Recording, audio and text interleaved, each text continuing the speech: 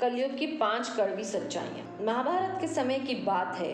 पांचों पांडवों ने भगवान श्री कृष्ण से कलयुग के बारे में चर्चा की और कलयुग के बारे में विस्तार से पूछा और जानने की इच्छा जाहिर की।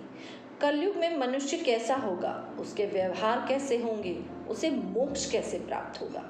इन प्रश्नों का उत्तर देने के लिए भगवान श्री कृष्ण कहते हैं, तुम पांचों भाई वन में जाओ और जो कुछ भी दिखे वह आकर मुझे बताओ, मैं तुम्हें उसका प्रभाव बताऊंगा। पांचों भाई वन में गए। युधिष्ठिर महाराज ने देखा कि किसी हाथी की 2 सूंड हैं। यह देखकर आश्चर्य का पार न रहा। अर्जुन दूसरी दिशा में गए। वहां उन्होंने देखा कि कोई पक्षी है, उसके पंखों पर वेद की ऋचाएं लिखी हुई हैं, पर वह पक्षी मुर्दे का मांस खा रहा है। यह भी आश्चर्य है। भीम ने तीसरा आश्चर्य देखा कि गाय ने बछड़े को जन्म दिया है और बछड़े को इतना चाट रही है कि बछड़ा लहूलुहान हो जाता है। सहदेव ने चौथा आश्चर्य देखा कि 6-7 कुएं हैं और आसपास के कुओं में पानी है, किंतु बीच का कुआं खाली है। बीच का कुआं गहरा है, फिर भी पानी नहीं है। पांचवें भाई नकुल ने भी एक अद्भुत आश्चर्य देखा कि एक पहाड़ के ऊपर से एक बड़ी शिला लुढ़कती लुढ़कती आती है और कितने ही वृक्षों से टकराई, पर उन वृक्षों के तने उसे रोक न सके।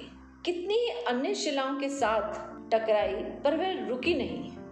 अंत में एक अत्यंत छोटे पौधे का स्पर्श होते ही वह स्थिर हो गई। पांचों भाइयों के आश्चर्य का कोई पार नहीं था।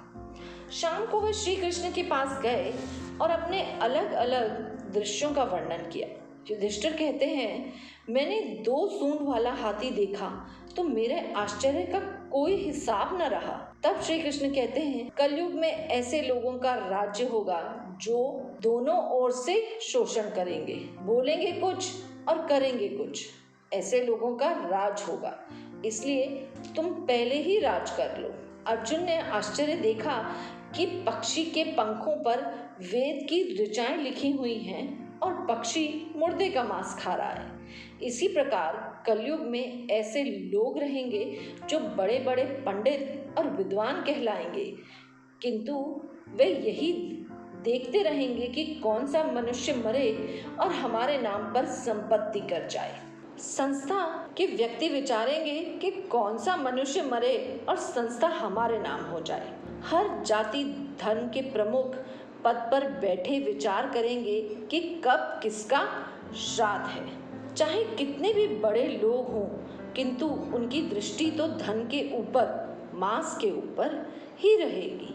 ऐसे लोगों की बहुतायत होगी जो पर धन को हरने और छीनने को आतुर होंगे, और कोई कोई विरला ही संत पुरुष होगा। भीम ने तीसरा आश्चर्य देखा कि गाय अपने बछड़े को इतना चाटती है और बछड़ा लहूलुहान हो जाता है। कलयुग का आदमी शिशुपाल हो जाएगा, बालकों के लिए इतनी ममता करेगा कि उन्हें अपना विकास का अवसर ही नहीं मिलेगा। किसी का बेटा घर छोड़कर साधु बनने तो हजारों व्यक्ति दर्शन करेंगे, किंतु यदि अपना बेटा साधु बनता होगा तो रोएंगे कि मेरे बेटे का क्या होगा। इतनी सारी ममता होगी कि उसे मोह माया और परिवार में ही बांध कर रखेंगे और उसका जीवन वहीं खत्म हो जाएगा। अंत में बेचारा अनाथ होकर मरेगा। वास्तव में लड़के तुम्हारे नहीं हैं, वे तो बहुओं की अमानत हैं। लड़कियां जमाइयों की अमानत हैं और तुम्हारा यह शरीर मृत्यु की अमानत है। तुम्हारी आत्मा परमात्मा की अमानत है। तुम अपने शाश्वत संबंध को जान लो बस। सदैव ने चौथा आश्चर्य ये देखा कि 5 साथ भरे कुओं के बीच एक कुआं एकदम खाली है। कलयुग में धनाढ्य लोग लड़के लड़की के विवाह में, मकान के उत्सव में, छोटे बड़े उत्सवों में लाखों रुपए खर्च कर देंगे, परंतु पड़ोस में ही यदि कोई भूखा प्यासा हो तो ये नहीं देखेंगे कि उसका पेट भरा है या नहीं। दूसरी ओर मौज मौज में शराब, कबाब, फैशन, इन सब में पैसा उड़ा देंगे, लेकिन किसी के दो आंसू पहुँचने की उनमें कोई रुचि ना होगी, और जिनकी रुचि होगी उन पर कलयुग का प्रभाव नहीं होगा, उन पर भगवान का प्रभाव होगा।